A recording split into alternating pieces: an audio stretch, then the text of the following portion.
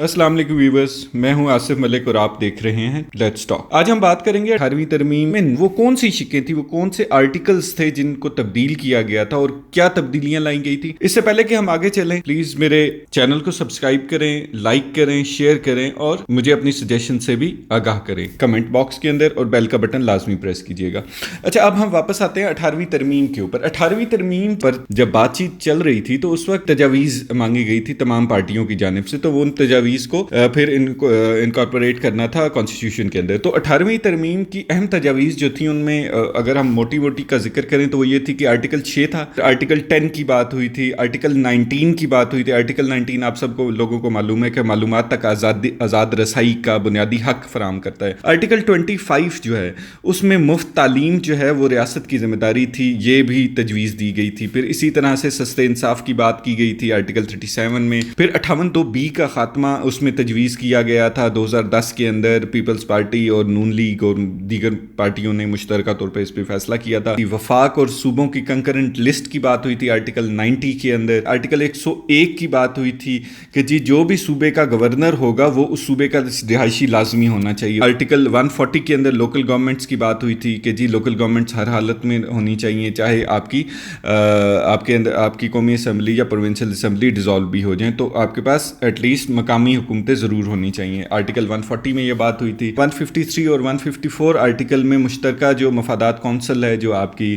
Council of common interest है, उसके हवाले से तरामीम की तजवीज़ दी गई थी। ये कहा गया था कि जी जो वज़ीर आज़म है वो उसका चेयरमैन होगा और 4 सूबों के वज़रा आला जो हैं उसके रुकन होंगे। इजलास हर 90 दिन के बाद लाजमी होना चाहिए। बहुत important council of common interest का रोल होता है फेडरेशन को चलाने के अंदर। मुस्तकबिल में अगर मौका मिला तो हम इस पर भी बात करेंगे। इसी तरह आर्टिकल 160 की बात हुई थी। आर्टिकल 160 बेसिकली ये है कि सूबों को जो पैसे मिलते हैं, जो 18वीं तरमीम पे एतराज़ है, सूबों को पैसे मिलते हैं, ज़्यादा पैसे मिलते हैं जिसकी वजह से हमारे पास कुछ नहीं रहता, वफाक के पास तो ये प्रॉब्लम होती है। तो वो बेसिकली NFC अवार्ड उसको आप छेड़ेंगे नहीं। यानी मतलब कि अगर आपके पास पिछले साल आपने 100 रुपये दिए हैं तो आप 100 से 80 नहीं कर सकते सूबों को।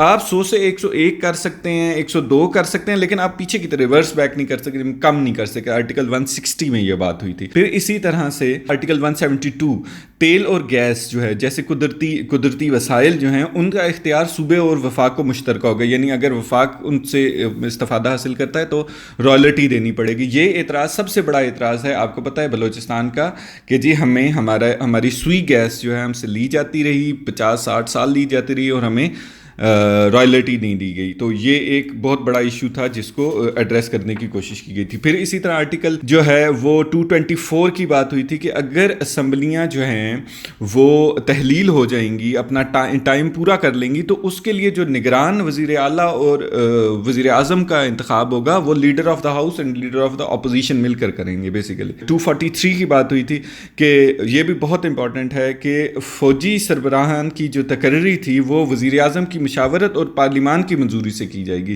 खैर आगे जाके तो वो ये हुआ कि जी वज़ीर आज़म की मशावरत से होगी, लेकिन पार्लिमान का उन्होंने नुक्ता डाला। तीसरी दफ़ा मुंतखब होने की वज़ीर आज़म की, उस पर भी सिफारिशात दी गई थी कि जी इसको ख़त्म किया जाए। ये बेसिकली पर्टिकुलरली नून लीग की जानिब से की गई थी। अच्छा, हम बात करते हैं कि बेसिकली कितनी तरामीम को चेंज किया गया था। 104 के अंदर तब्दीलियाँ की गई थी। आइन की 83 आर्टिकल्स पर असरअंदाज हुई थी ये तब्दीलियाँ। बेसिकली ऑलमोस्ट पूरे के पूरे कॉन्स्टिट्यूशन को ओवरहॉल कर दिया गया था। इस तरमीम जो 18वीं तरमीम हुई थी, कुछ ऐसी शिक्कें हैं जिनको अगर हम ये कहें कि वो मोस्ट इंपॉर्टेंट थी इन 70 ईयर्स तो वो गलत नहीं होगा। फॉर एग्जांपल इसमें एक तरमीम की गई थी, वो ये किया गया था जो ज़ियाउल हक की दौर की तरमीम थी ना, सारी की सारी, यानी जो उन्होंने 77 से लेके और 88 के दरमियान की थी, इन 11 सालों के अंदर वो ऑलमोस्ट सारी की सारी खत्म कर दी थी। मतलब उसमें मेजॉरिटी बड़ी सारी की सारी खत्म हो गई थी। खास तौर पर जो 8वीं तरमीम थी वो तो टोटली खत्म हो गई थी ना। जो 8वीं तरमीम के गई थी उसमें 90 आर्टिकल्स को तब्दील किया गया। इसी तरह परवेज मुशर्रफ के टाइम की जो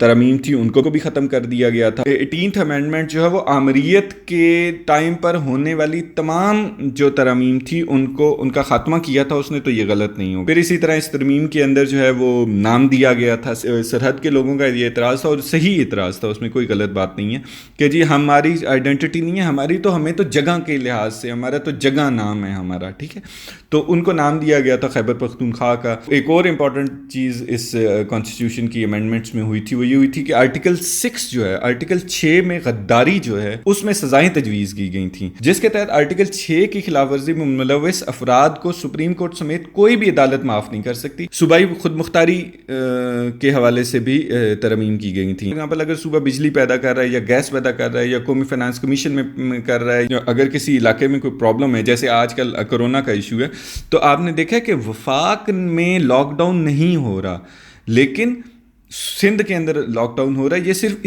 اس آرٹیکل کی وجہ سے ہی ہو رہا ہے. یہ جو آرٹیکل سیٹ آف آرٹیکلز تھے نا, جن کے اندر جزوی تبدیلی یا مکمل طور پر تبدیل کر دیا گیا تھا, صوبائی خود مختاری جس میں دی گئی تھی, تو صوبائی خود مختاری کے ایشو جو کچھ لوگوں کو ایشوز ہیں ان میں سے ایک ایشو یہ بھی ہے. ترمیم تھی اس کے ضیاء الحق کے نام کے ساتھ سے صدر ہٹا دیا گیا تھا. سو یہ بھی ایک سیریمونیل سا کام کیا تھا, لیکن یہ بھی ایک کام ہوا تھا. اسی طرح میں آپ کو بڑے مزے کی بات بتاؤں کہ 18ویں ترمیم کے بارے میں یہ کہا جاتا ہے کہ یہ متفقہ طور پہ ہوئی تھی. آپ کو یاد ہوگا پرویز مشرف کے ٹائم پہ جو وزیر اطلاعات تھے محمد علی دورانی, انہوں نے اس کے خلاف ووٹ دیا تھا اور اپنا ووٹ کاسٹ کیے بغیر سینٹ کے جو اجلاس تھا وہاں سے واک آؤٹ کر گئے تھے. ایسا نہیں ہے کہ جی اس ترمیم کے اندر جو ہے وہ صرف پیسوں کا مسئلہ ہے. اس ترمیم میں اس پیسوں کا مسئلہ نہیں ہے, پیسوں سے بڑھ کر بھی کچھ چیزیں ہیں. جیسے میں نے آپ کو بتایا کہ اس میں آرٹیکل 6 کی بات ہے. آپ کو پتا ہے کہ کچھ لوگوں کو یہ بہت زیادہ تکلیف دہ بات ہے, آرٹیکل 6 والی جو ہے نا, ان کو کافی ناپسند آئی تھی یہ. پھر اسی طرح سے رائلٹی کا ایشو تھا. Royalty is biggest issue, one of the biggest issues. جو لوگ یہ اعتراض کرتے ہیں نا کہ جی 18ویں ترمیم میں سب کچھ برا نہیں ہے, اس کو ٹویک کر سکتے ہیں, اس میں بہتری لائی جا سکتی ہے, لیکن یہ جو آزادیاں جو میں نے مینشن کی ہیں, جن آرٹیکلز کا میں نے حوالہ دیا, کیا یہ کہ خود مختاری دی گئی ہے جو صوبوں کو غلط ہے, اس پہ سوچئے گا ضرور. ٹھیک ہے, اور سوچنے کے بعد پلیز کمنٹ باکس میں کمنٹ لازمی کیجیے گا. ہوپ فلی آج آپ کو میری ویڈیو پسند آئی ہوگی. انشاءاللہ کل ملتے ہیں. ٹیک کیئر, اللہ حافظ, تھینک یو ویری مچ.